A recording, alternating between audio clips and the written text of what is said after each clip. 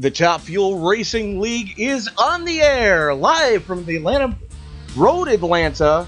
It's the DW12 Racing League 2018 Season 1.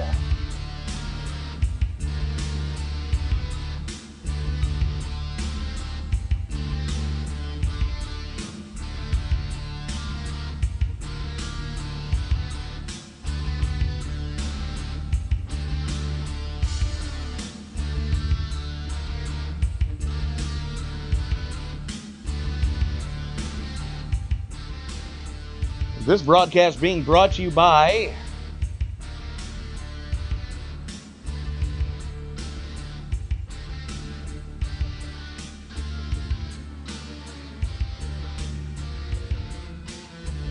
TDA Motorsports, proudly sponsored by the Disabled American Veterans Association. DAV, an all-volunteer fleet of non-critical medical transport for America's veterans. On more information on how you can get involved, go to dav.org. This broadcast also being brought to you by Napa Auto Parts. Napa Auto Parts, a chain of 6,000 auto parts stores across the country. Napa know-how has got you covered. Race number 3 of the 2018 season, Season 1 that is. DW12 is live from Road, Atlanta. Tony Trapasso up in the booth with you. Joined with me is my new broadcast partner for the Wednesday night deal, Mr. Tyler Vickery. Tyler, how the heck are you doing tonight, sir? I'm doing good. I'm actually excited for this race. It's going to be an interesting one here at Road Atlanta. Hopefully this will be a very interesting battle. I really would love to see some awesome battles, and who knows, we might see an unexpected winner out of this race. I would hope so. Qualifying currently underway. Only a handful of drivers taking time so far. Let me see what we can come up with here. Currently, two drivers have qualified with times right now. Brad Truex with a 108.3 and Brian Trimble with a 114.2. Absolutely. It's still early in the qualifying session. It's a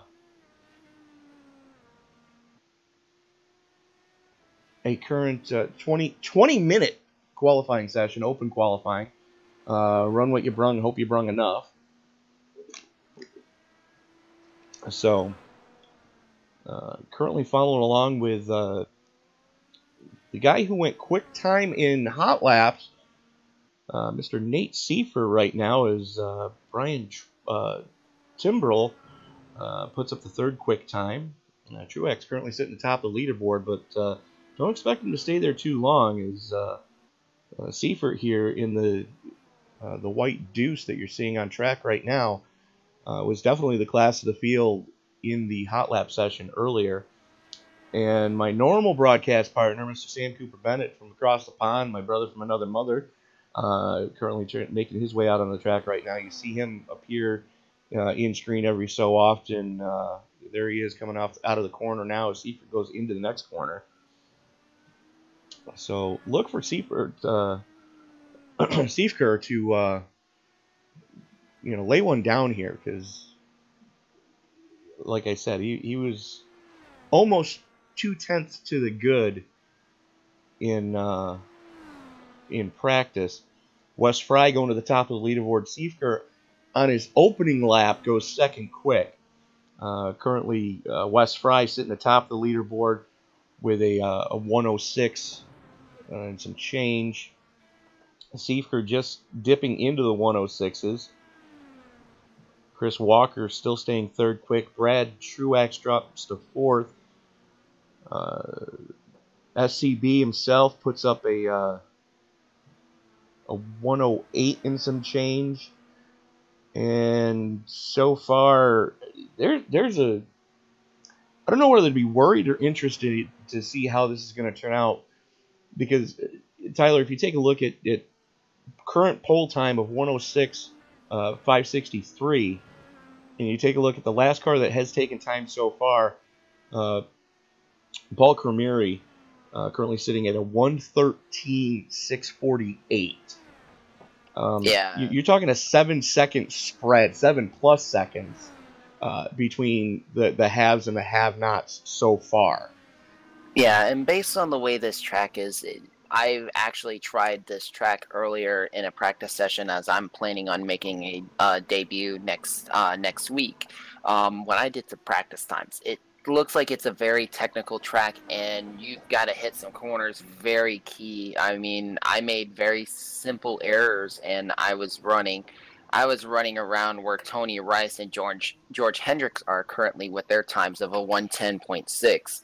But it's going to be who's going to make the less mistakes. But based on how Wes Fry, Nate Seifer, and Chris Walker, as well as Brad Truex, are running with their lap times of 106s and 107s, could end up being a dogfight or one simple mistake and could end up ruining a couple of nights for a few drivers.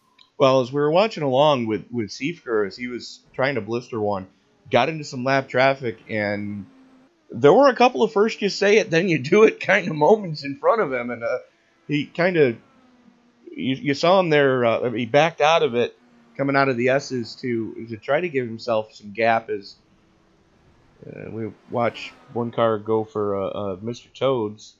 That was Cremiri.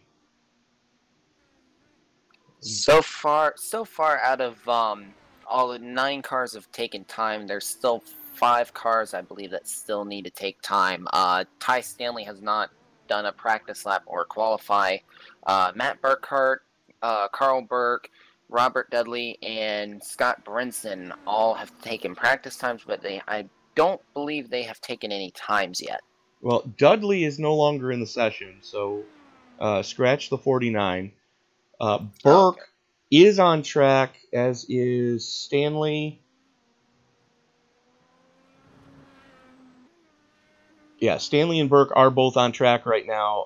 Stanley just binned it, so look for him to try to regroup here. And I believe as well, also, the open qualifying can also be an advantage, as Nate Seifer just ran a 105.8. The first one into the 5s tonight, officially. Yes, and that's hauling the mail around Road Atlanta. Yeah, and when I'm going back to what I was talking about with the open qualifying, it's especially with a lot of the slower cars. If, like, for example, Nate Seifer and Wes Fry, if they can be able to time their qualifying laps, and especially on the long back stretch, they could easily draft behind a slower car and gain a lot of time there. We might see these qualifying times could potentially get into the low 105s. I don't think that's going to happen, only because it's a double-edged sword. Yes, going down the long back straightaway, you can get a tow. However, you have to put up with the car then going into the next corner, which we're seeing Seifer go into right now. Yes, that could end about 8 different kinds of poorly. Yes, and especially with the chicane of 10A and 10B is what I call it as 10A and 10B. It's a very demanding chicane where you've got to be precise. You can go into it quick and be slow out, or if you can go slow in, fast out, it's still, you got to hit those apexes with precision, otherwise you are going to lose some time. Very much so. So it's a damned if you do, damned if you don't kind of situation. Yes. As right now, so far I haven't seen any big changes. Nate Seifer's still up in the pole time with the 105.84. Pat, I want to say Paul, hope I'm saying this right, Krumrie? I want to say it's Krumrie, based off of... Sure, let's go with that. Yeah, based off Midwest, I want to say it's Krumrie. I apologize if I'm wrong. I want to say it's a foreign last name as well as Seifer, but I'm not good at that part. Well, let me just put this out there to any drivers that are listening to this broadcast and any future BOFA Broadcasting Company broadcast. If we butcher your last name, I would invite you that when we bring you into the broadcast booth to to interview you at any given time. Feel free to just butcher my last name, because chances are you can't come up with anything new that somebody else already hasn't called me for the past 40 years of my life. And for those of you who don't know, it's Trapasso. I cannot tell you how many times somebody has tried to put an S in between the E and the P. That's always fun. Yeah. Looking back at the times, there's a interesting little separation so far with qualifying times. The sixth place, which is our good old Sam Cooper Bennett, his fastest qualifying time right now is a 107.8, currently holding sixth spot. Then looking back towards seventh place is Carl Burke, and about a second and a half back, yeah.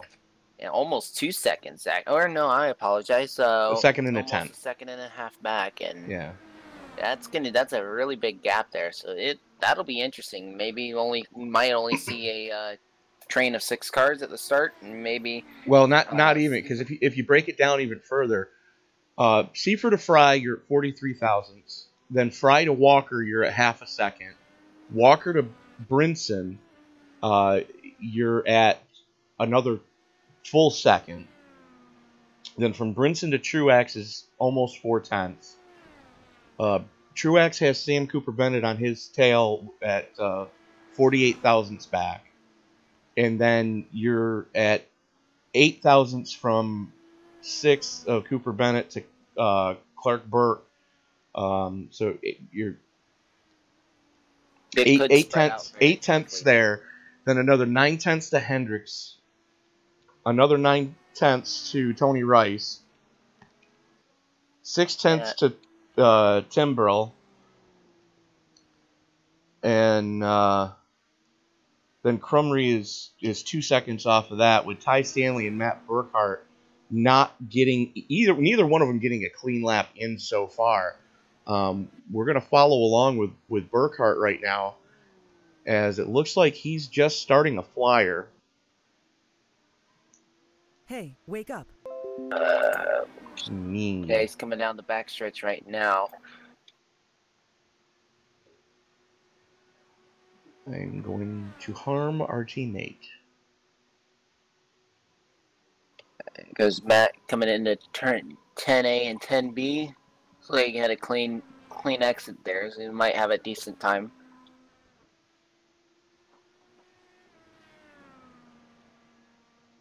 Start his his lap time now. Okay, so apparently our teammate is watching the broadcast. Sam, if you can hear me right now, don't ever poke me during a live broadcast again, because I will buy a ticket, fly to Ireland, and hunt you down. And according to him, it is Crumb Rye. Oh, Crumb Rye. Okay. I'll have to remember that. I hope I don't butcher it anymore. Oh, I guarantee you I'm going to butcher it. So Matt Burkhart took a dead turn into the tire barrier earlier. I saw that. I did see that. So still looking for a clean lap from Stanley and Burkhart. Dudley back in the session, as he's currently getting up to speed in the 49. There he is there.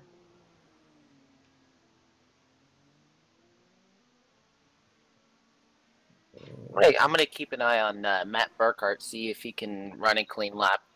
When he has run a clean lap, he's ran a 107.7, but I almost want to say he's probably being too aggressive and trying to get a quick lap time in. I'm thinking he is, because he knows that passing is going to be at a premium tonight. As Yes. Again, we're following along right now with the 49 of Dudley, who has not turned a lap yet. Seifker still sitting at the top of the leaderboard with that 105.840. Wes Fry still within striking distance. All that's got to happen. I mean, you take a look at the average lap times of those two. Seifker's currently 10 laps into qualifying, we've got about 4 minutes left. But Seifker and Fry are both hovering, as far as average lap times go, right around the low 107s. So it should be, it should be a pretty decent battle. Chris Walker, look for him to be battling both ways. If Seifker and Fry get to battling each other, wow, that was uncalled for. Yeah. Okay. Luckily, it's local cautions only on a road course. Thanks, Iracing. So, but like I was saying, if Seifker and Fry get to battling each other too hard, Walker's just got to wait for them to take each other out. But he's also got to watch his mirrors for Brinson Truex and Bennett, or Cooper Bennett, I should say, SCB. As those guys are all within striking distance of each other. Yes, that'll be an interesting battle if Seifker and Fry, if they do end up colliding and taking each other out. That'll be an interesting battle there, especially for 4th, 5th, and 6th, and potentially 3rd. I don't know about them taking each other out as much as it's going to be just, racing each other too hard too early and using all the goodie off their tires. That's going to be the big deciding factor is, with this race being... With this race being, 55 laps, we're going to see a couple pit stops. And pit strategy is how this is really going to play out is, can you get another lap and not lose time to somebody that's got fresh shoes on the car? As well as tire drop off, as well as tires could drop off severely as the laps go by, which could end up, they could also spin it and really ruin their race then. Well, that's the thing too, is with the latest tire model on the DW12, tire drop off, it used to be, okay, I feel like my tires are starting to give up. Yeah, they're starting to give up. Okay, I can probably nurse them for another lap. No, now it's, I think my tires are starting to fall off. Oh crap, I just hit a wall. That's the way the tire model has gone with the Indy cars as of late. And I have to kind of commend iRacing for, yes, they've done it to most of the pavement cars, but in some of the cars, it's not as dramatic as it is the DW12. The DW12, you might just as well drive the car off a cliff. That's how badly the tires... Yeah. Like I said, you start, it's like, okay, I think my tires might be a little bit worn, and next thing you know, all of a sudden you're in the infield. Well, no, you're in the infield care center going, oh, the last thing I remember, Doc, was dirt sky, ambulance, pretty nurse. Yeah. I can agree with that. Just about 22 seconds here left in qualifying. Matt Burkhart and Robert Dudley have all been sitting in the pits. Were not able to get a clean lap in. I did notice Robert Dudley was taken out during one of his qualifying stints as Sam Cooper Bennett almost loses it.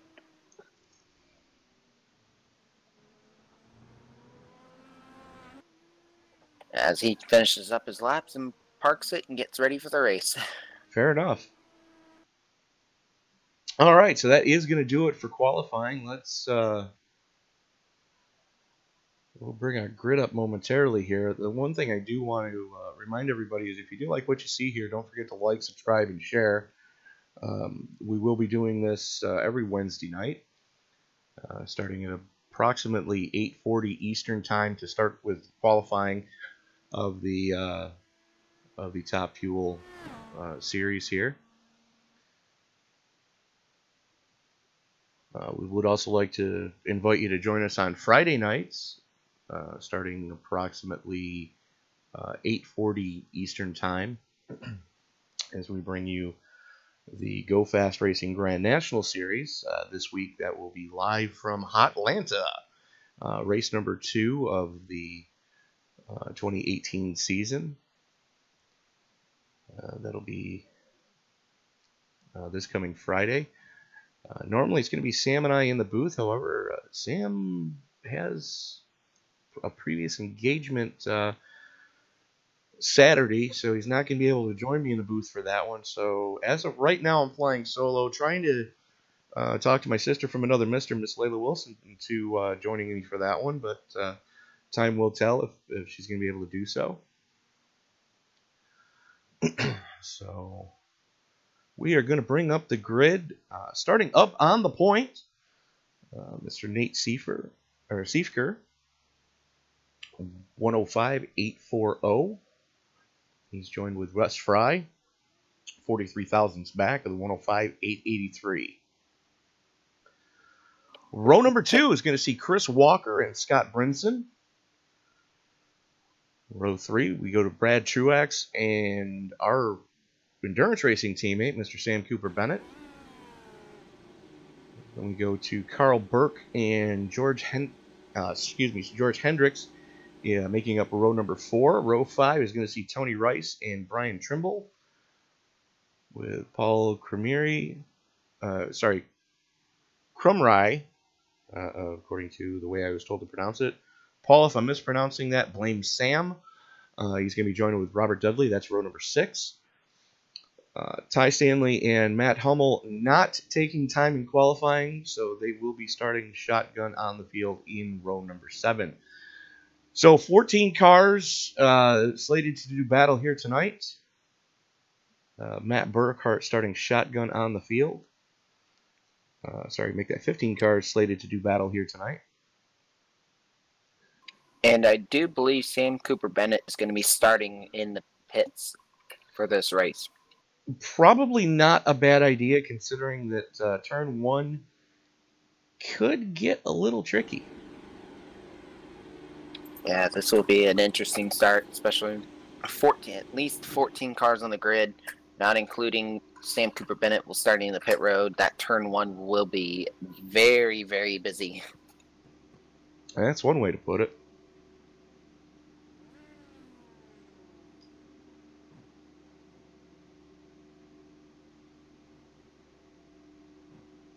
It looks like Hummel's going to be joining him on pit road. Interesting. Even more interesting is they're going to be going with a rolling start. One of the few road courses you're ever going to find in iRacing where they actually do a full pace lap prior to going live.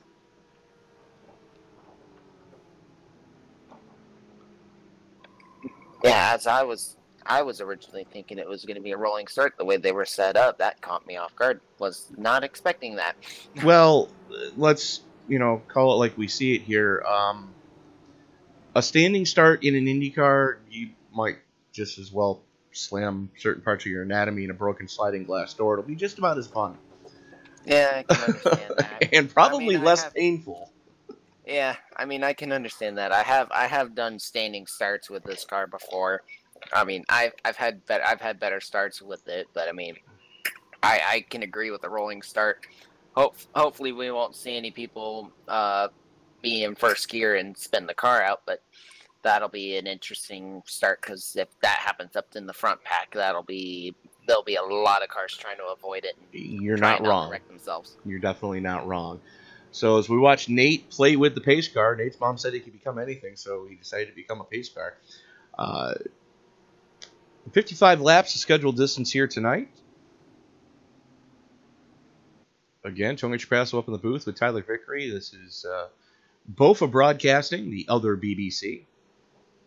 And if you don't get the joke about the name or why we are the other BBC,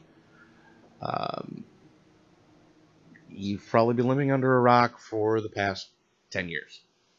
So, just look at the logo, folks. You'll get the joke.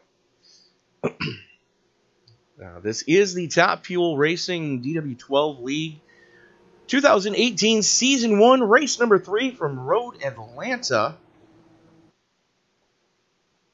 Real quick, while they're making their way around, we're going to bring up some track info. Brazelton, Georgia, just outside of Atlanta. 12 turns, just over 2.5 miles. Let the games begin, kids. Pace car is in. Here we go, Tyler. Green flag, green flag. And separated out a little bit, but it's a good start by Nate. Good start by Nate. I'm a little surprised where that green came out. They weren't even on the front straightaway yet when the green flew. Yeah, that was a very early green flag, but it definitely gave Nate an advantage as he's going to slowly start trying to power away. And Sam Cooper Bennett is finally out of the pits and starting to reel in the competition. I know we normally joke about the pace car driver being drunk in iRacing is some of the glitches that happen, but I think that time the flagger may have been inebriated. But Siefker jumping out to an early lead. Chris Walker currently sitting in second. Fry third. And looks like we got a 5-car breakaway starting to form up with Brinson and Truax in the tail end of that little pack there. You see him coming over the rise. Yeah, it looks like Truax might be in Brinson's draft. He might have an opportunity here. He'll be cautious of trying to overtake, but once probably next lap, if he's in close range of draft, he might be able to try to make an overtake. Well, look for him to do it down the front straightaways. He's not quite close enough yet. And I'm not. Nobody has told me yet how many push to pass seconds these cars are allowed in this series. I'm not sure how that works in a fixed series, anyways. But Siefker currently a 1.5 to the good. Chris Walker sitting in second, just biding his time. Wes Fry again biding his time. Brinson and Truax slugging it out right now. Hendricks binning it. Let's take a look and see what happened there.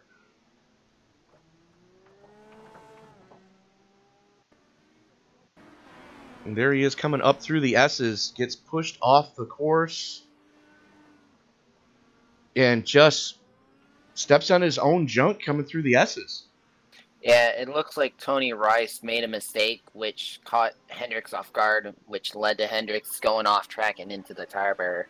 Doesn't look like there's too much damage. More like a front wing probably missing off of it, but no, his front wing's still there, but it is pretty tweaked. Running the Nesquik sponsorship there. As we're following along with Sam Cooper Bennett, as he's making a move on Robert Dudley right now. Nice little pass. Absolutely. Sam running. Sam ran with the phenomenal Evolution Racing team in the 24 hours of iRacing 24 Hours of Daytona a few weeks back. And Sam decided to run the Napa colors here tonight. So definitely repping the company who supported Phenomenal Evolution. Oh! Wow, that was close. Catching a piece there. That was Ty Stanley. Let's go back and take a look and see what happened to Ty. See if we can see what happened to Ty. Here we are going into turn number 1 and up the hill. It looks like, from my angle, it looks like Ty Stanley got on the curbs, and getting on the curbs with this car is not friendly. Got up on the curbs, lost it, hit the left side wall, and flew towards Sam Cooper Bennett. That's exactly what happened. He actually caught the curb too much and ate the grass, and he's blinking quite profusely, which is never a good sign.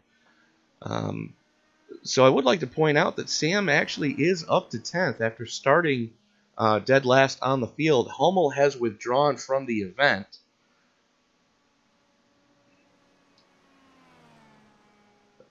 I don't even think he started the race. He did not. He did not. He withdrew from the event after qualifying, not able to get a handle on it. As business is starting to pick up, as the battle for second starting to shape up here. Chris Walker has it. Wes Fry wants it back. swapping positions at the start. Fry starting second, Walker starting third. Walker able to get the better start when the green came out.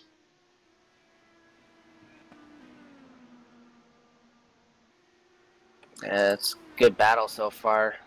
Wes probably hoping for Chris to make an early mistake and take advantage of it, but it doesn't look like it so far. Well, these guys know that, I mean, we're only 5 laps into a 55-lap race. These guys know that there's still plenty of time left. There's going to be a handful of pit stops. And did I just read the wing on Seeker's car right? Does that say McLaren on it? I believe so. I'm going to take a look at it myself. I believe so. I believe the rear wing does have a McLaren on the rear wing. That's what I was seeing then. Okay. Well then. Interesting. Nice little paint scheme. All plain white, but he's got some... He's saying he's the fastest, and he's proving it right now. Well, right now we're watching Chris Walker running a very strange line, and I think he's doing it to try to keep Wes Fry out of his slipstream. As Fry takes it across the grass down the hill. Ooh, able to hang on to her, though. Looks like he may have just a tick of wing damage, though. These cars not made to be off-road. I believe Sam Cooper Bennett's taking an opportunity to try to get around Brian Trimble right now. As Sam actually does it in backstretch. Does it the clean way, does it the hard way on the outside, too. So, impressive pass by Sam. Very impressive pass. Sam recently getting a new rig as far as computer system, and definitely making the most of it. I always knew the kid could drive. He just didn't have the hardware to back it up. Now, he's just got to get his confidence about him, and then Katie bar the door. I can agree with you there. So he's going to have a little bit of an uphill battle, as right now, roughly, if I'm seeing this right, roughly 12 seconds between Cooper Bennett and Tony Rice. And it looks like Cooper Bennett might be catching up to Tony Rice. He's been make that 3 seconds. Okay. He's running a lot quicker times. He'll probably catch up to Tony next race. We'll have to keep an eye on that as well. I'm thinking by the time they clear the S's, we're going to have a battle for 8th. I would most likely see it coming.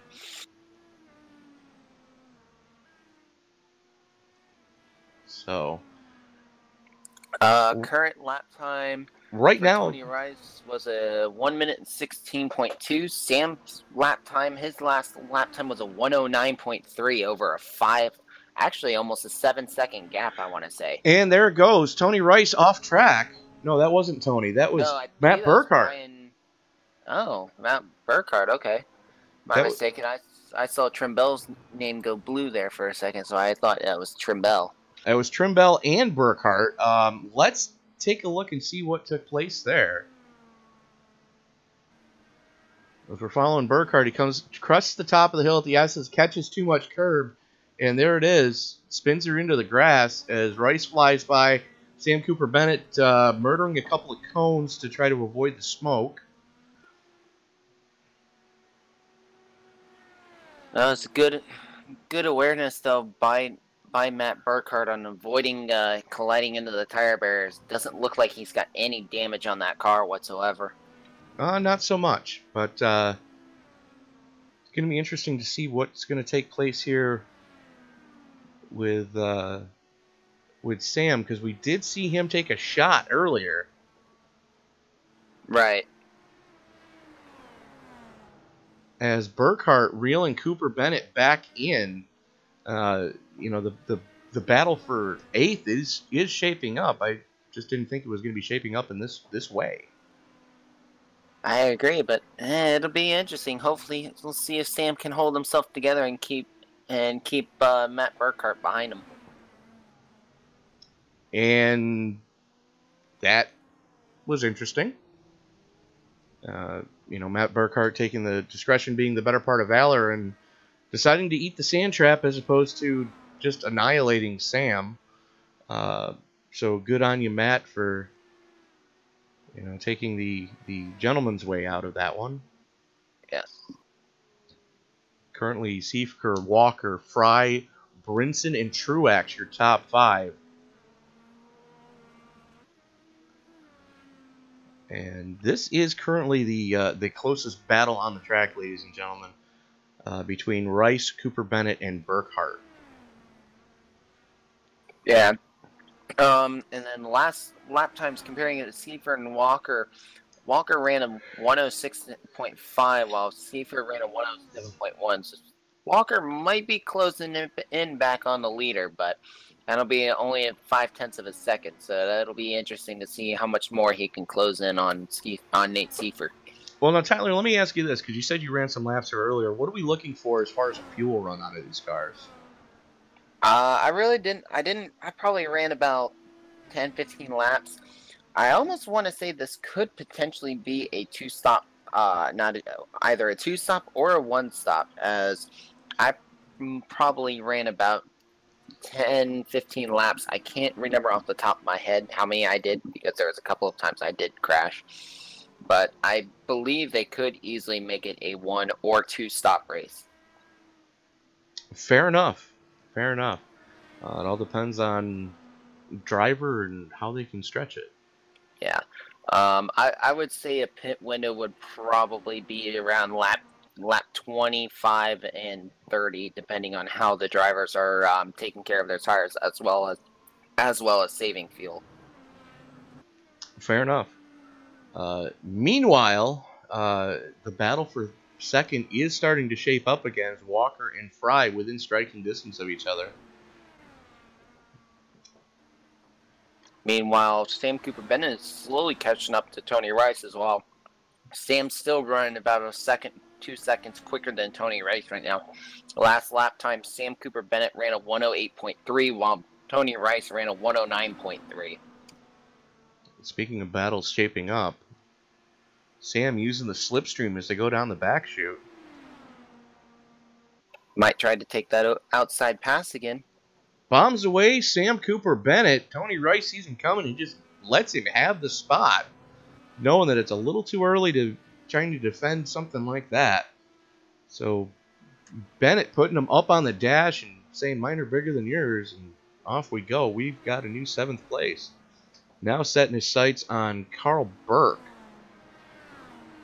He's roughly about 23, 24 seconds behind Carl Burke, but it's still possible as we got a slow car. He is, but he's got a ton of lap traffic between he and Burke. So there's Cooper Bennett cresting through the S's right now. There's Burke coming down the end of the backstretch. And now into the downhill, back onto the front straightaway. So gonna be yeoman's work for Cooper Bennett to try to reel him in. Meanwhile, back up towards the front of the field, Seifker still showing the way, 2.5 seconds to the good. You got Chris Walker within striking distance. Wes Fry starting to put pressure on Walker, though. Seifker, Walker, Fry, Brinson, and Truax, your top 5, as we now have 12 laps in the books. And currently, right now, Nate Seifert has the best lap time so far with a 106.4, but the top 3 are all their best lap time of the race so far has all been separated by 1/10 of a second. They have, and you have to remember too that those guys were able to pull off mid 106s on race loads of fuel. That's impressive. Yeah, I have to agree with that. And here we go, lap traffic for your leader. It looks like Chris Walker's gained up to him. He has, because Seifker got mired.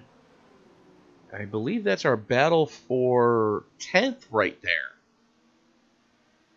And that's Trimble and Trimble and Hendricks, both giving room to the leaders. as they now go a lap down. Walker might look at going on the outside to try to get around Nate. But it looks like he's being conservative now as well. He is a little puff of smoke coming out of Walker's tires. Now backing off, going to get a run down the front straightaway here. Top three are only separated by two full seconds right now. The top three, while everyone else is roughly 17 seconds or further back. Brinson in fourth. Between Brinson and there it goes. Fry got by Walker coming through the S's. Unbelievable pass. Right now, the gap between Walker and Brinson in fourth, 13 seconds. That's a big gap compared to everyone else. And Seifert's next target right now is going to be Tony Rice and Sam Cooper Bennett right now, as he is currently closing in on Tony Rice to lap Tony Rice. Well, Tony Rice coming through the left-right complex that leads down the hill. Seifert now coming through the right-hander, now down the hill. You can see Tony Rice in shot. That was Tony going through turn one. It's not the next car in line. It's the car in front of that car. As that's Ty Stanley, looks like he's having a little bit of internet issues, as he was blinking a little bit there. He got into the leaders. I think all three leaders got collected in that one. And Nate Seifert's still driving away. I don't see a lot of damage, but I want to say he probably has some right side damage. You can see it in the wing. He caught a piece there, and then Walker just T-boned him. Fry runs into the back of Walker. Fry got it collected quicker. We always joke in some of the broadcasts about don't be that guy. Well, unfortunately, Ty Stanley was just that guy. Yes, as Ty Stanley is currently 7 laps down in 14th place. I want to say it looked like from the point of view I saw, Ty was giving him room, but at that point of where he was at, it was not the best timing on trying to give them room, and it ended up costing him big time. You're absolutely right, and just horrid luck. Good luck for Nate Seifert, though, because he's now got a 7-second lead over Wes Fry. Now the question will be, how much damage did the cars have? As I believe they all have a fast repair as well. One. I'm not sure. Oh, okay, it's only one. It's only one, so your best bet is to use it as sparingly as you can. Fortunately, yes. Sam has been collected by someone. Now, Seifert, Fry, and Walker have all been collected. I believe Brinson and Truax have gotten into a scrap a little bit here. Yeah.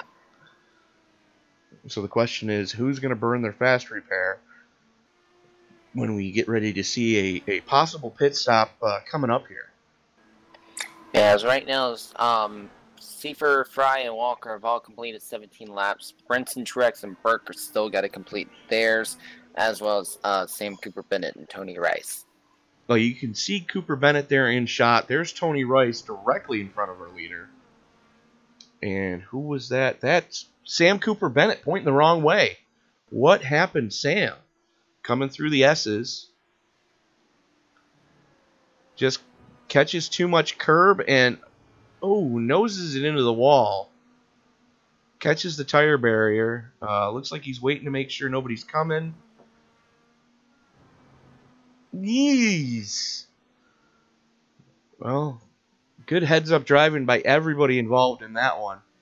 Yes, I agree with that. That was very close to being disastrous.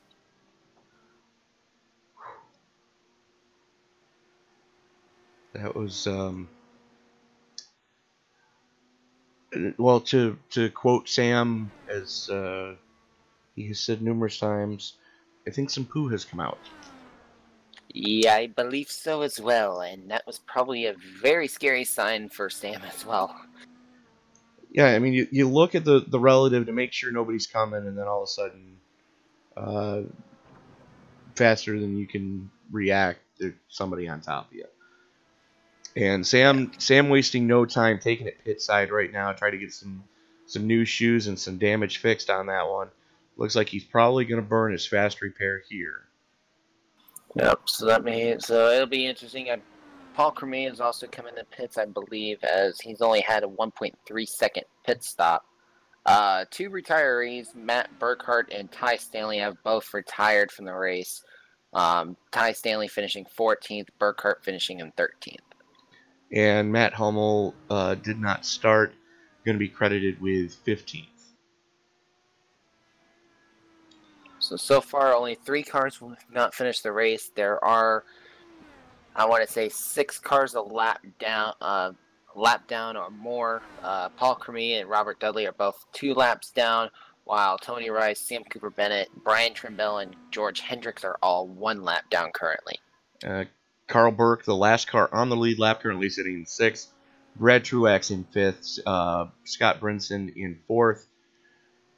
Chris Walker, Wes Fry, and Nate Siefker currently leading this beast. Again, you are watching the Top Fuel Racing League DW12 League 2018 Season 1 Race number 3 from Road Atlanta. BOFA Broadcasting proudly bringing this one to you with our broadcast partners, TDA Motorsports. Terry Adams providing the music that we opened with tonight. And Tony Trapasso up in the booth with Tyler Vickery as Siefker bringing it pit side. And I believe Sam Cooper Bennett's coming back in for a second stop. There must be some extra damage that Sam didn't recognize. That was a very quick stop. Going out on the limb saying Sam got busted for speeding and had to do a stop and go. That's always fun. Isn't it, though? 3 points. So top 4 currently pit side.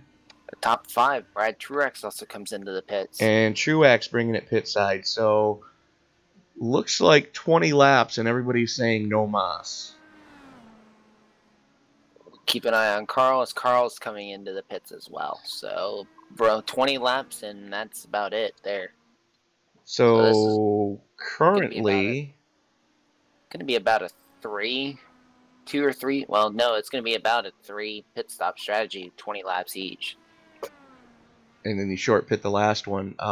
Currently, Chris Walker and Scott Brinson having the money stops of that whole melee.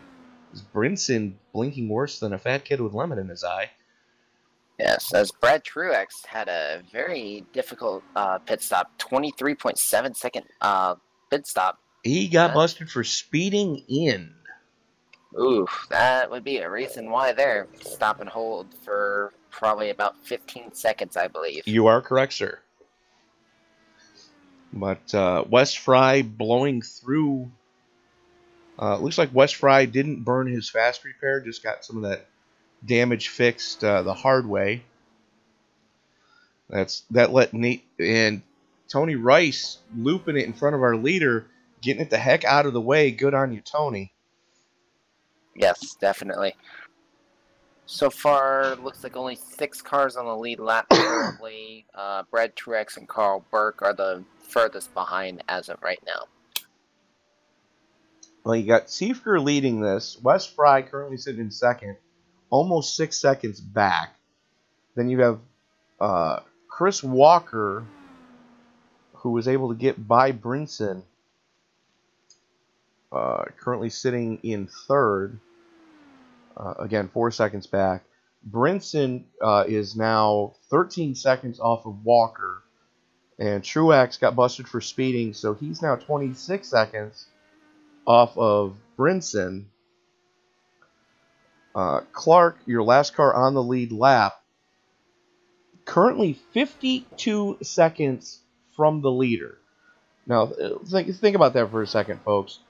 These guys are lapping this place in roughly 67 seconds. A minute 7.8 was Nate Seifker's last flying lap.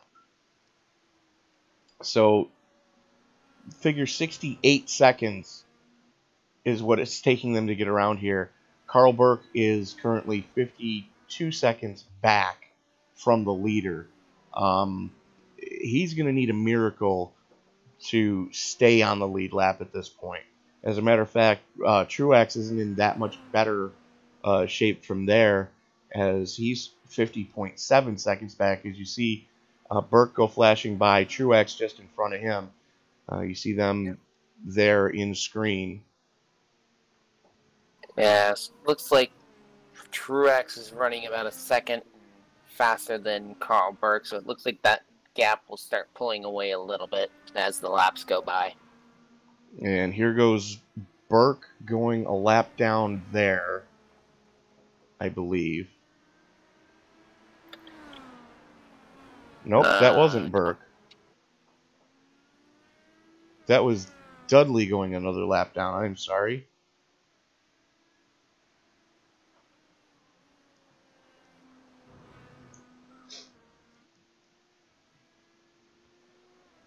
As we're looking right now, folks, for any decent battles on the track right now. And unfortunately, Nate Seifker is stinking up the show. He's running away with it, but good for him, good for his team, bad for television.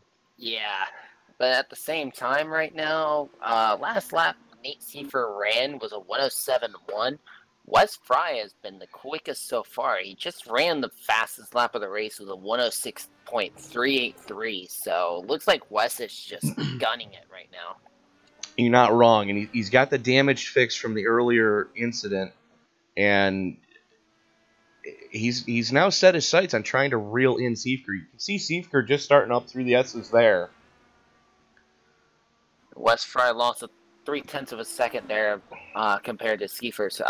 Actually, Seifker's last lap time was a 107.7, almost a 107.8. And then Wes Fry's last lap was a 108 flat. It looks like Wes is really pushing it hard to try to catch up to Nate.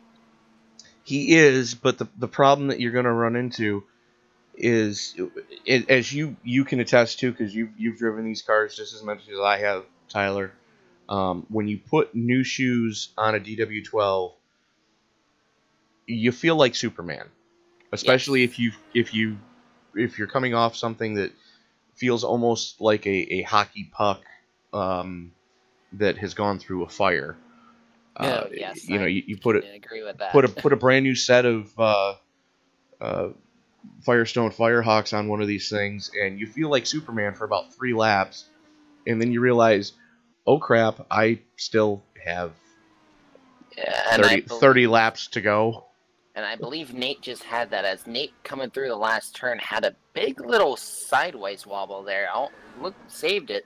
Cost him some time as Wes Fry runs another 106.5 and slowly but surely trying to close in on Nate. He's doing what he can to reel in Seifker, but Fry has definitely got an uphill battle. He's already closed the gap from 5.5 down to 4.9. So if he can run consistent laps through this stint, we could see a battle start to form up after we get to the money stop in, call it 20 laps time. Yes, it looks like Nate is starting to close in on Sam Cooper Bennett and Tony Rice, as I believe that is also for position as well.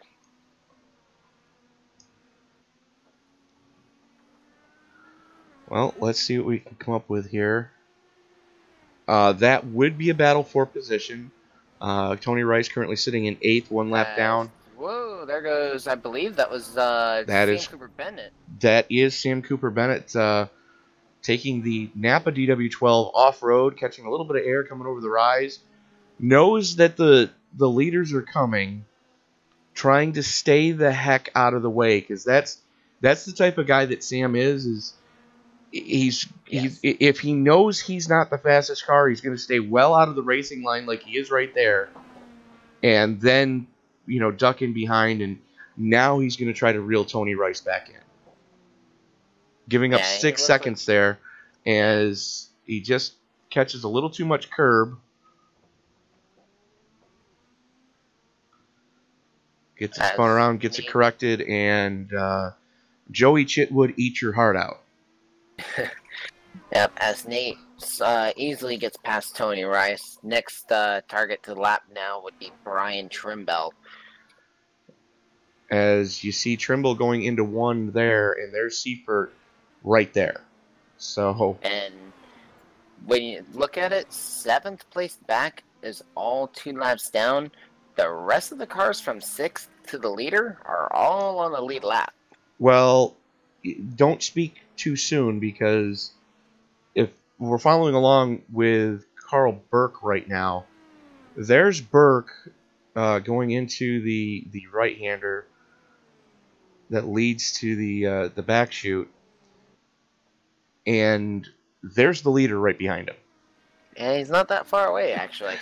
Yeah, you're right. So Seifert going to have lapped all the way up to 5th place. As Burke, actually 6th place. Sorry to interrupt. It would be 6th place. Carl Burke is currently in 6th. I do apologize. I misspoke there.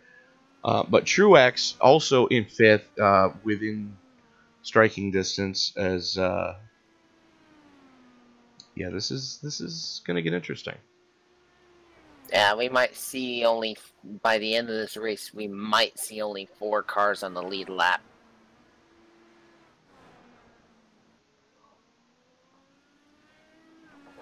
Which is the danger that you run into when you run on a road course,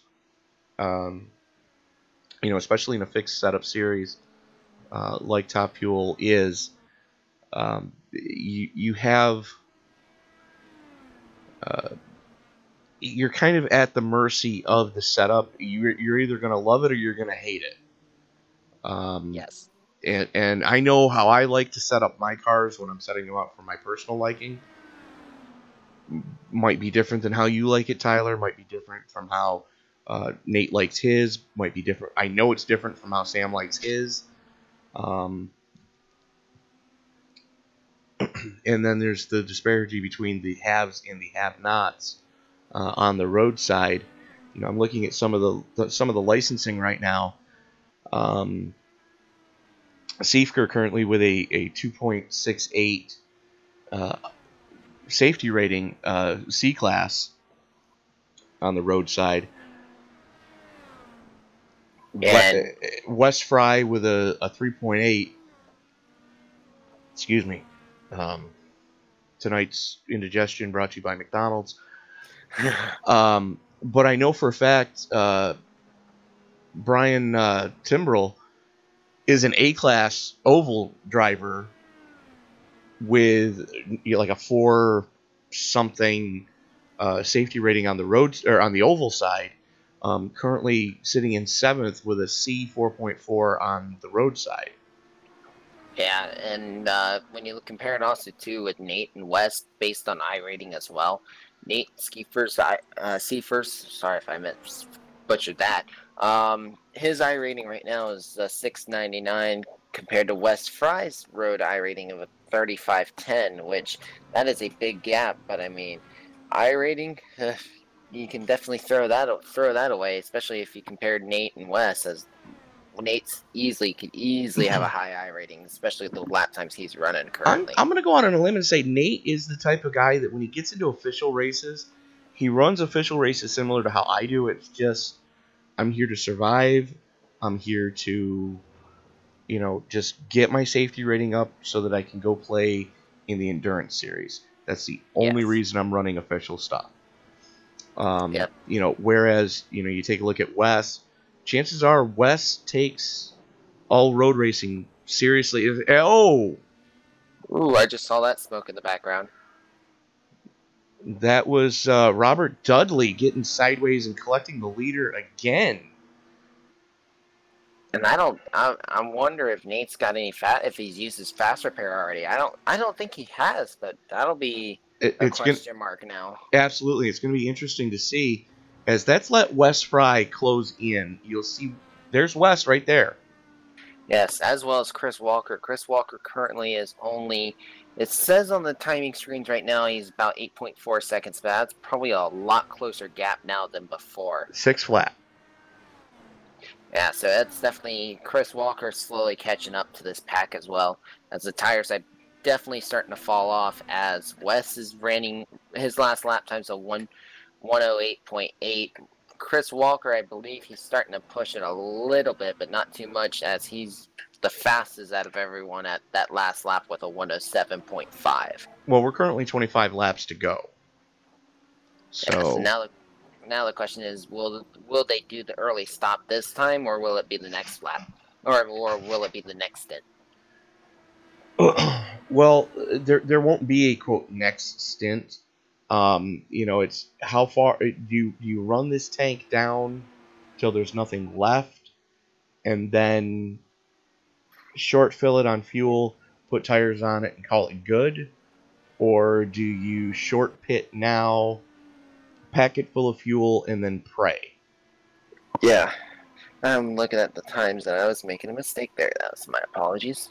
But getting back to what we were talking about with I rating and safety rating, one thing I would like to point out, Tyler, the split you and I were in for the 24 at Daytona, our split rating was a 15-20.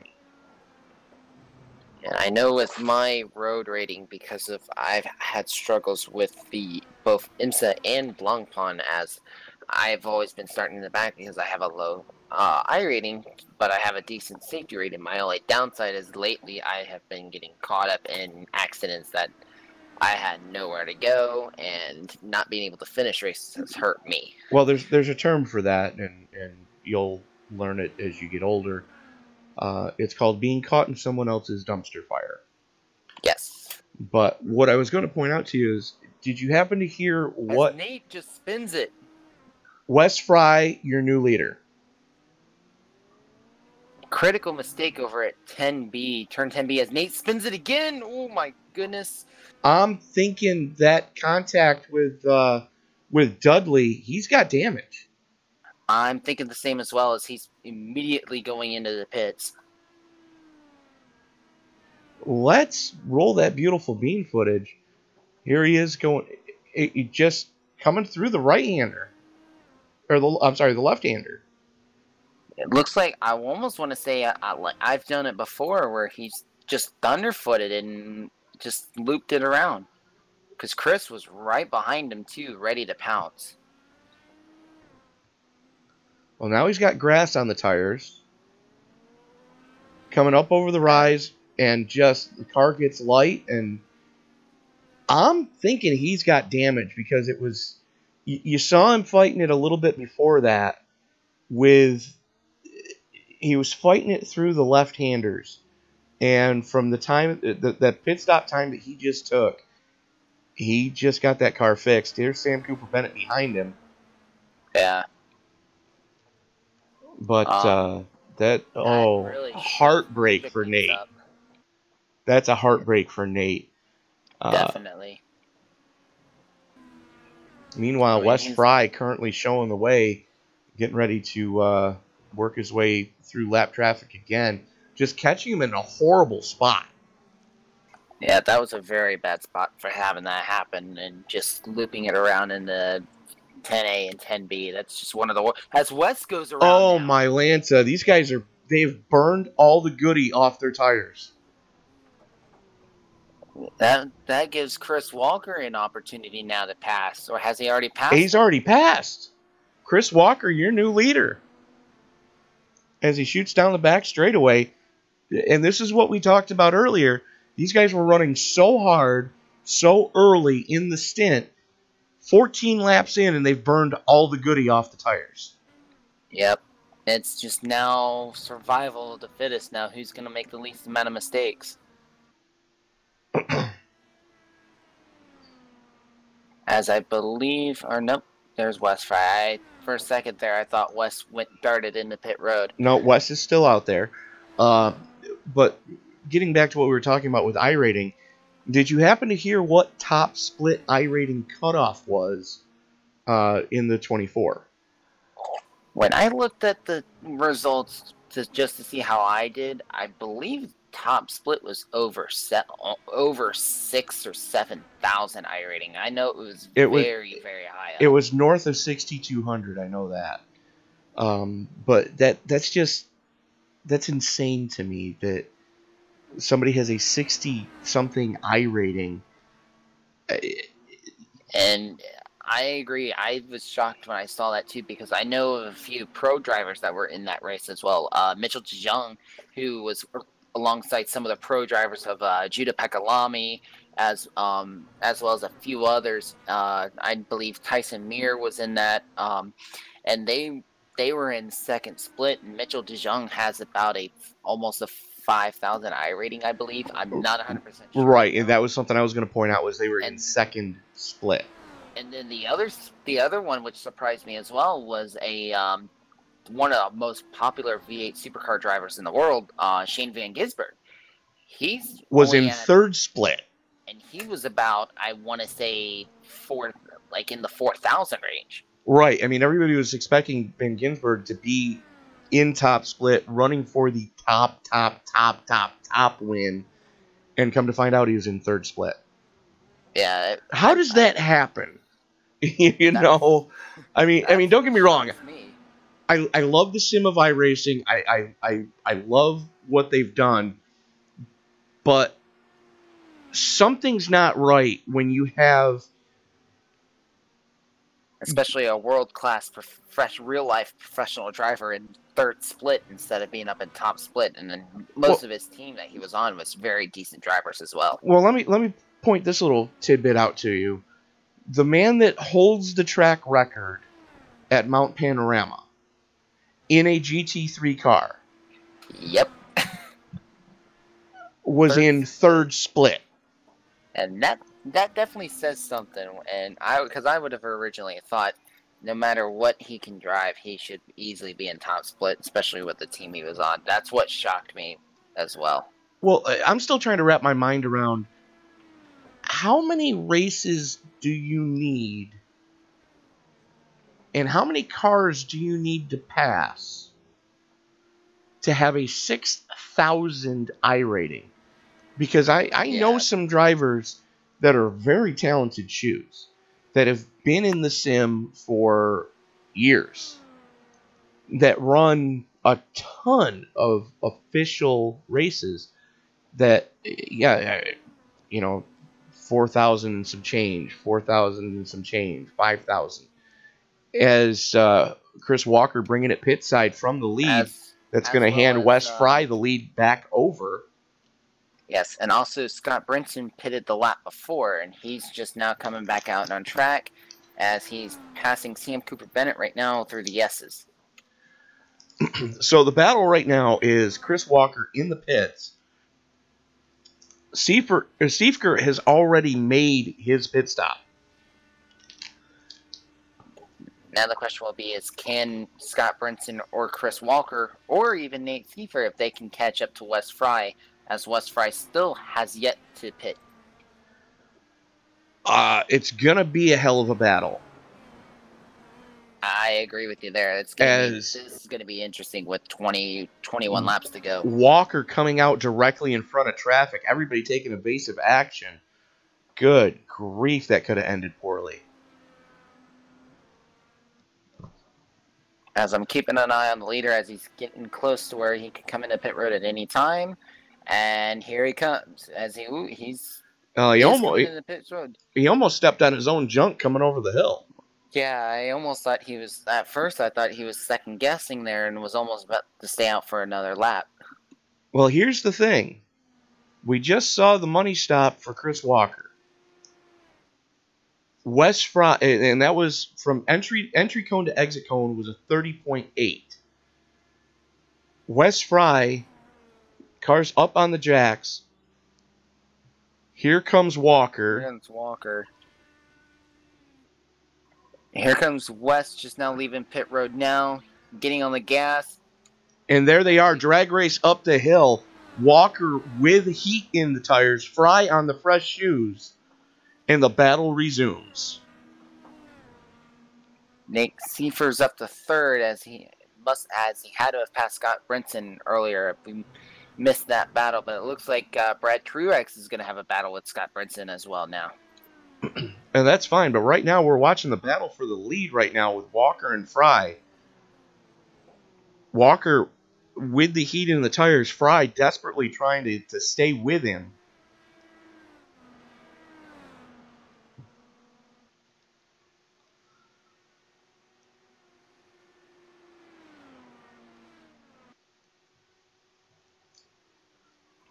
Looks like Chris hasn't missed that much. He's only still about a second behind, but it's still right within draft window right now.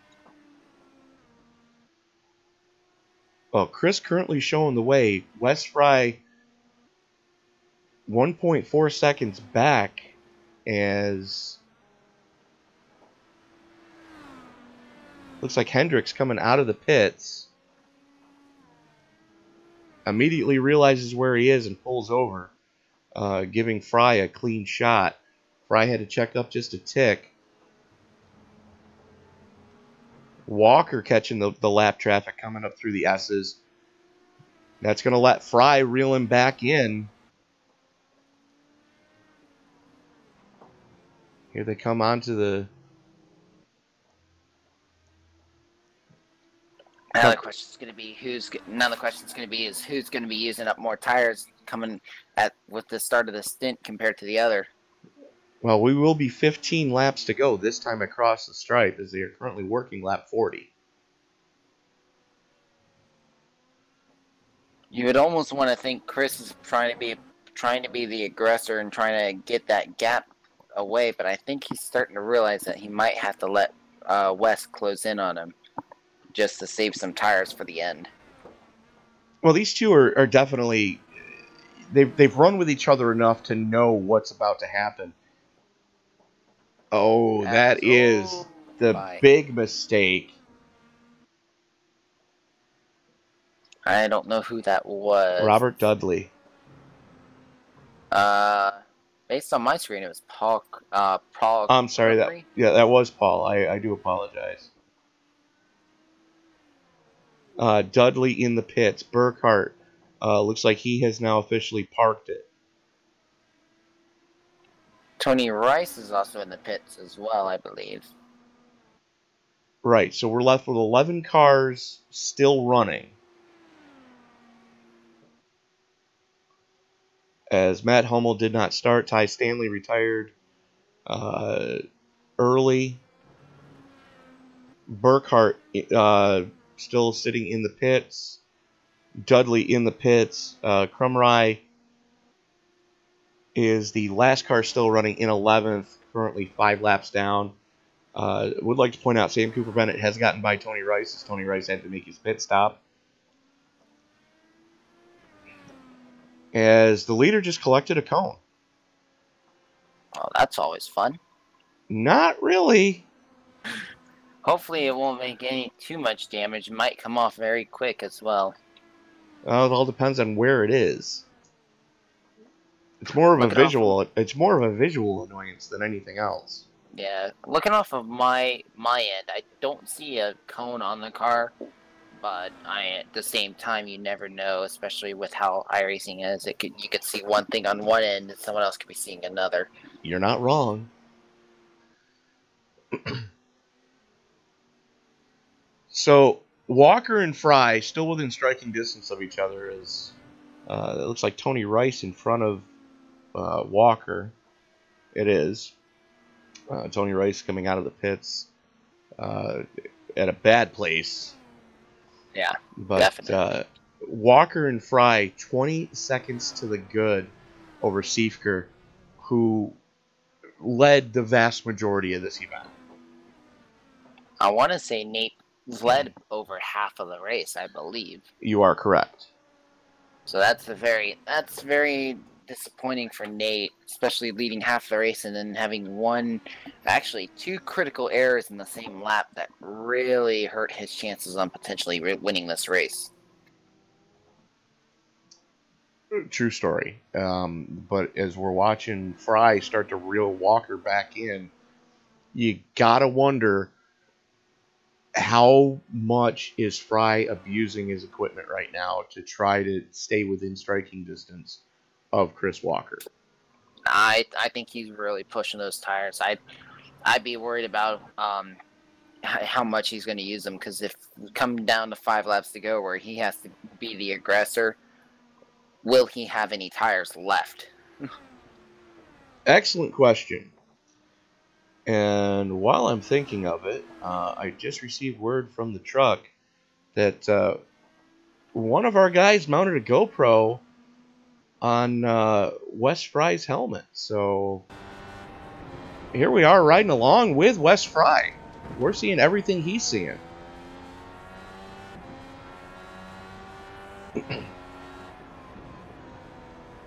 We're just going to ride along with Wes for a couple of laps. You see Chris Walker directly in front of him.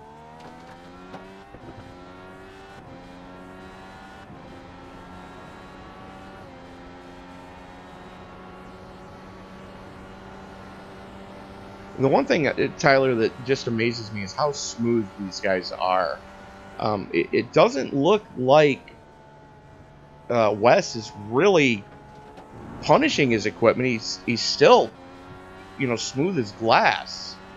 Yeah, it doesn't look like he's jerking that wheel as much either, so it looks like he's being really smooth and taking care of those tires as well. I mean, don't get it twisted. He's still, running a hell of a lap, but he's not.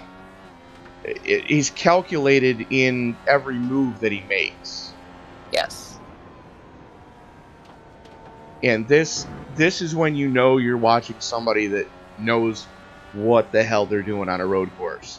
And this is definitely not me. Yeah, Chris smoked the tires there a little bit, but Chris I believe he's starting to push it. As his last lap time was a 106.3, so I think Chris is really starting to push to try to see if he can keep at least a second and a half gap on Wes to keep Wes from getting any kind of draft up possible, especially when coming to 10 laps to go. Well, you're absolutely right. And Chris Walker just set his fastest lap of the race with a 106.349. Wes Fry 106.527 for the last laps that they put up. And they both, well, Wes goes quicker. Chris drops about a tenth, actually half a tenth. Math majors, get your hate mail coming because it's going to happen all season. It's a half a tenth. Shut up. That's what it is. Anyways, yep. These guys are not pussyfooting around this track. These guys are really,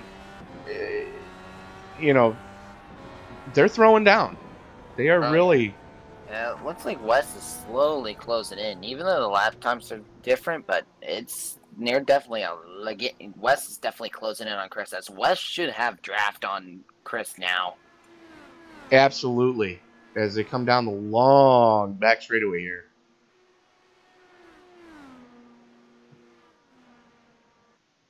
In my honest opinion, if I was Wes right now, I would keep this gap right now. Just be cautious and look at potentially figuring out when the best opportunity is to try to pass Chris on that long back stretch, because that's most likely going to be the best point to be able to try and make it pass on the last lap. Absolutely, because if you make your move too soon, as we've seen time and time again, the guy's going to say, okay, well, you did this to me here. I'm going to wait till the last lap and do it back to you.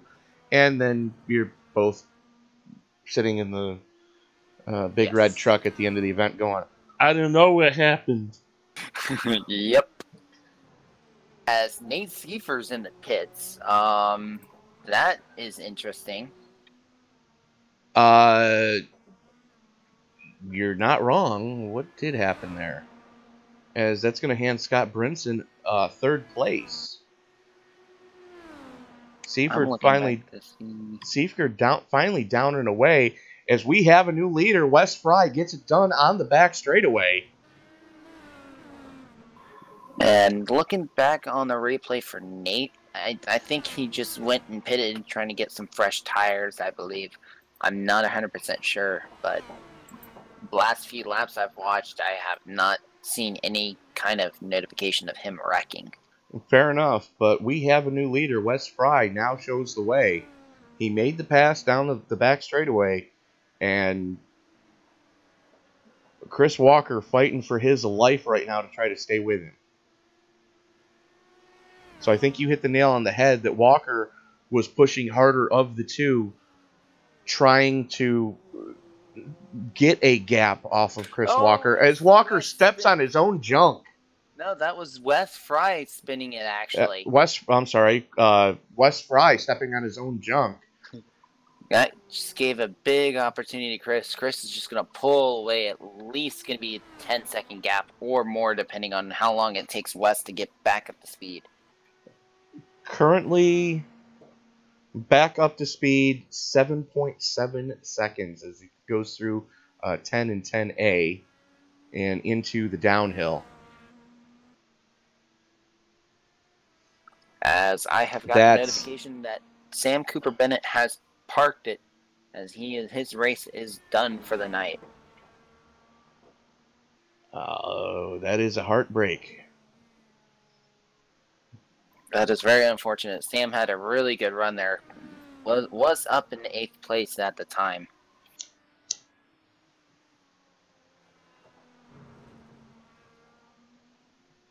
Definitely a heartbreaker, but Sam will be back next week.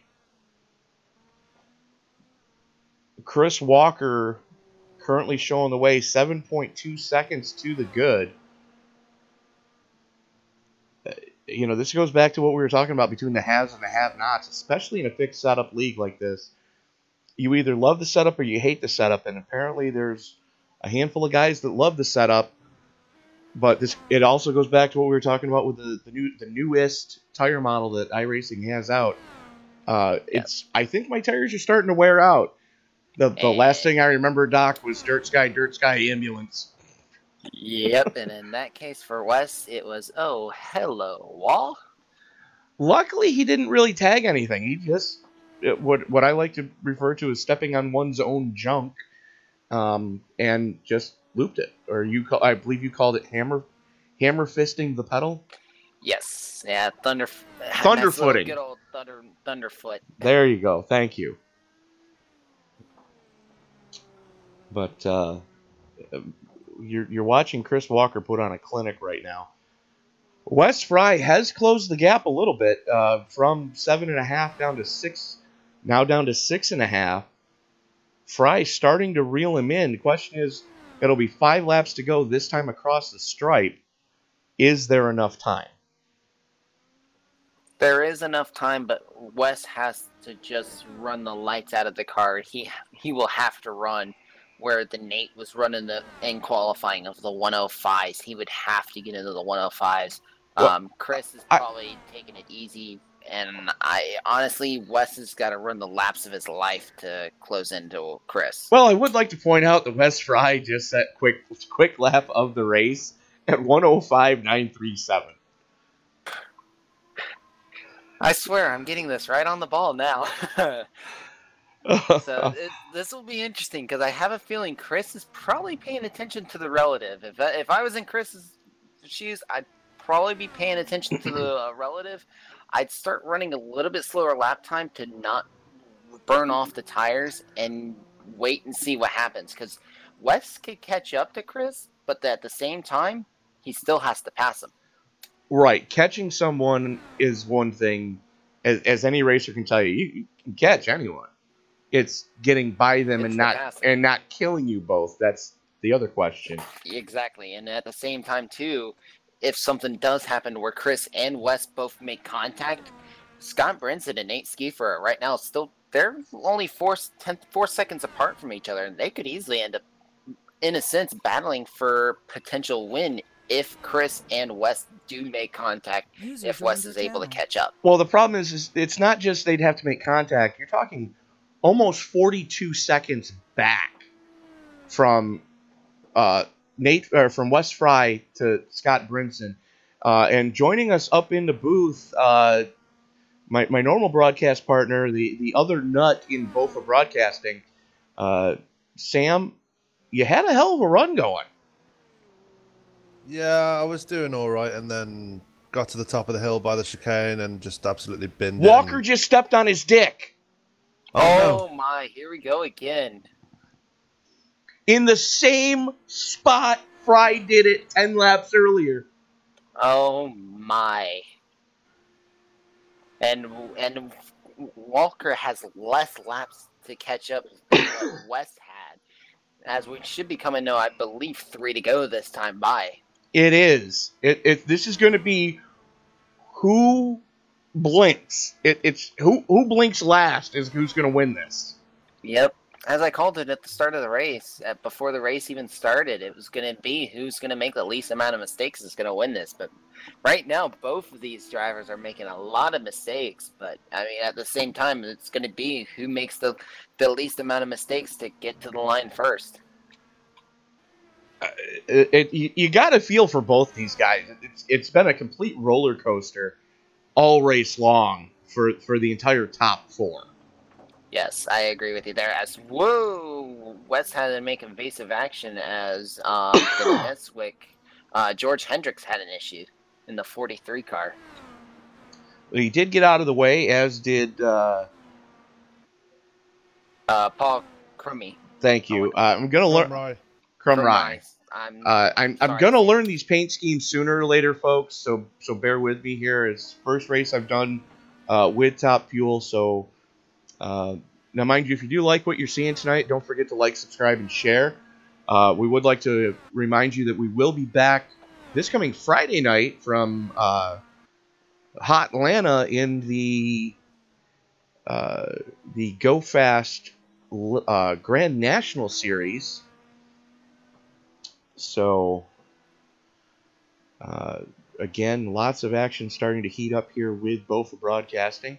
As 2 to go currently, Wes Fry showing the way 4 seconds to the good over second place Chris Walker. I think it looks like it's a reverse of roles again. It looks like Wes is now taking it slower and being easy on his tires now, and as Chris is running faster lap times compared to Wes.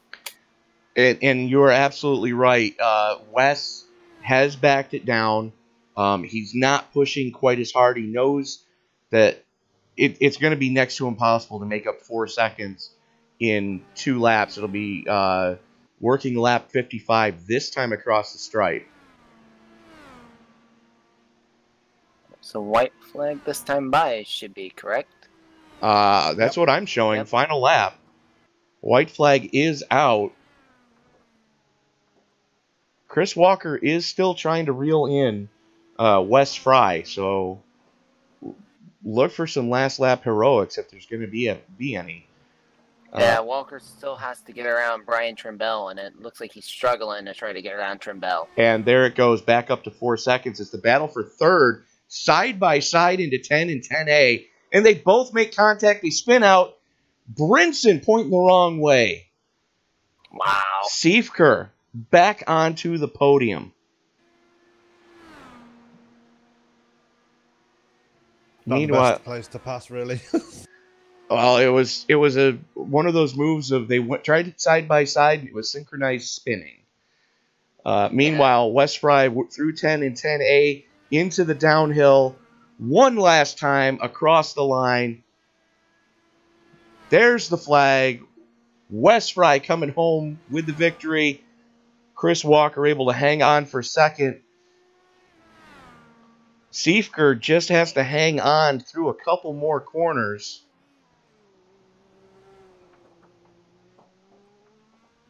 I just heard Chris Walker was running out of fuel just as he crossed the line. Oh, wow. That was very close.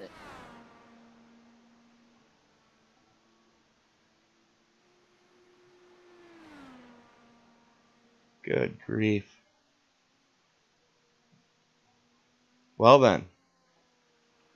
Yeah, Walker is completely out of fuel as he is dropping speed like a stone as through the final corner, and Siefker able to hang on and as he parks it on the front stretch and immediately jumps out of the car. Brinson across the line for fourth. Truex able to hang on for fifth. What a race. That was an unbelievable race. A lot of good battling, a lot of big mistakes from many drivers. I mean, that was a very big. I mean, there was a lot of dice rolls going on there from the way it was looking. And you would think it would be Nate Skiefer just running from the start to finish, leading every single lap, and then one key mistake cost him the win, but he still managed to come out in third. Well, and then you have the battle that was going on between Fry and Walker, each one taking turns stepping on their own junk and handing the lead back to the other one. I mean, if Walker hadn't spun coming through, I believe it was 8. I believe it was turn 8. If he hadn't spun where in the exact same spot that Fry had spun 10 laps earlier, Fry never would have caught him. And if he did catch him, he never would have passed him cleanly. I can guarantee you that. Oh, most definitely. It would have been a really good. It would have been a really interesting battle to see then. But yeah, it was. If Walker didn't make that mistake, it would have been Walker would have been clean sailing away with the race. I had a good battle with Tony Rice. Oh yeah, no, that was a great battle we were watching, Sam. So yeah, we had some good battles there with Tony Rice. That was some very awesome battles. Very much so. So we're looking through at our top 10 right now. As Wes Fry coming home with the victory. Chris Walker able to hang on for second. Nate Seifker for third. Scott Brinson coming home in fourth. Brad Truex able to hang on for fifth. Carl Burke in sixth. Brian Tim Bell able to hang on for seventh. George Hendricks in eighth. Tony Rice in ninth. And rounding out your top 10, Paul Crumry. I believe the last car is still running. Yeah, he is. He was. I think I was the last person to retire. Yes. Well then, gentlemen, race 3 in the book. Sam, where are we next week? We're at the Tricky Triangle next week. Which version? Unknown yet. I need to talk to Scott. I was going to say, because next week is also week 13 when they're supposed to release the rescan of Pocono International Raceway.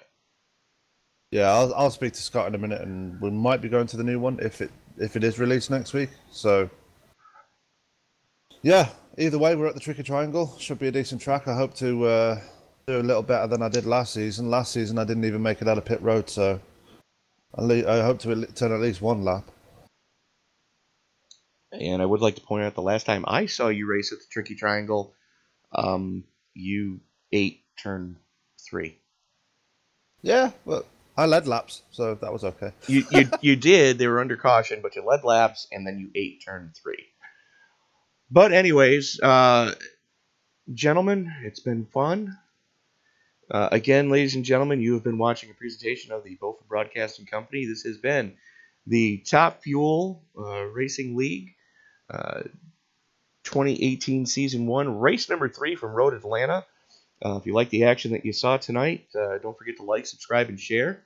We will be back next week from one of the versions of the Tricky Triangle.